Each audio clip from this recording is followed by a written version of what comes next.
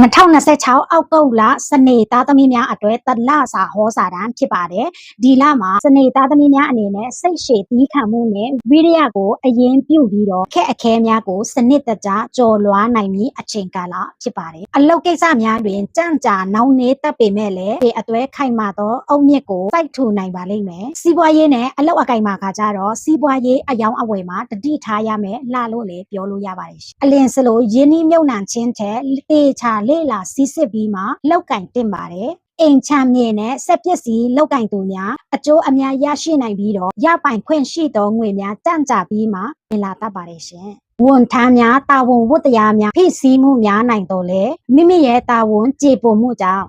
ရလကောင်းများပြန်လည်ရရှိမည်ဖြစ်ပါတယ်လိုအပ်သောစကားများတွင်မပါဝင်ဖို့တတိပြုပါအချစ်ရေးနဲ့အိမ်ထောင်ရေးမှာခါကြတော့လူပြိုအပြိုများအနေနဲ့သဘောတည်ငြိမ်ပြီးတော့အသက်အရွယ်ကြီးတဲ့သူအတွေ့အကြုံရင့်ကျက်တဲ့သူတွေနေစိတ်ဝင်စားမှုကိုခံရတတ်ပါတယ်အချစ်ရေးတွင်မူလွယ်မချင်းများရှိပါကတယောက်နဲ့တယောက်အပြန်အလှန်ပွင့်ပွင့်လင်းလင်းတိုင်ပင်ဆွေးနွေးရန်လိုအပ်ပါတယ်အိမ်ထောင်ရှင်များအနေနဲ့ခါကြတော့မိသားစုစီးပွားရေးကိစ္စများကြောင့်စိတ်ဖိစီးမှုအနှဲငယ်ရှိတတ်တော်လေတဦးနဲ့တဦးအပြန်အလှန်တိုင်ပင်ဆွေးနွေးပြီးကြံ့ခံကြော်လွှားနိုင်မည်ဖြစ်ပါတယ်။ကျမရေးမှာခါကြတော့အယိုးအစေးသွားကျမရေးဆိုင်ရာဝေဒနာများတတိပြုပါ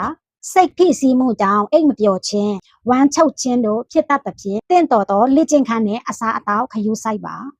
ဒီလမှာစနေသားသမီးများအတွက်ကံကောင်းစေတဲ့အယောင်ခါကြတော့အနဲ့ရောင်ခရမ်းရောင်အပြာရင့်ရောင်ဖြစ်ပြီးတော့ကံကောင်းစေတဲ့ကနန်းခါကြတော့3-3ညဖြစ်ပါတယ်ပြုလို့ရမယ်ယတရာခါကြတော့စနေနံနဲ့တွင်ဖျားနိုင်နင်းစီ9ပွင့်ဒါမှမဟုတ်ထီးအနီ9လက်ကိုပူစော်ပြီးတော့လိုရာဆုတောင်းပါရှင်